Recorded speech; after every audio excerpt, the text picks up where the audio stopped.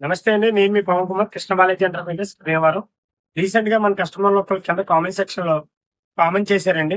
మనం టేక్ మంచాన్ని ఎలా కనిపెట్టాలో కొద్దిగా బ్రీఫ్ గా చెప్పమన్నారు. వాళ్ళ కోసం ఈ వీడియో అనేది చేస్తున్నానండి.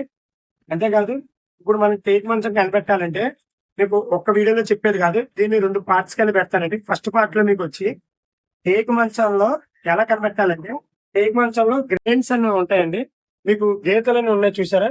గీతలు ఎప్పుడైతే ఎక్కువగా ఉన్నాయో ఆ కర్ర అన్నప్పుడు కొద్దిగా రేట్ ఎక్కువ ఉంటదండి. అలాగే కర్రలో మీకు లైన్స్ అనేది తక్కువ ఉందనుకోండి, మీకు రేట్ అనేది తక్కువ ఉంటదండి. అంతే.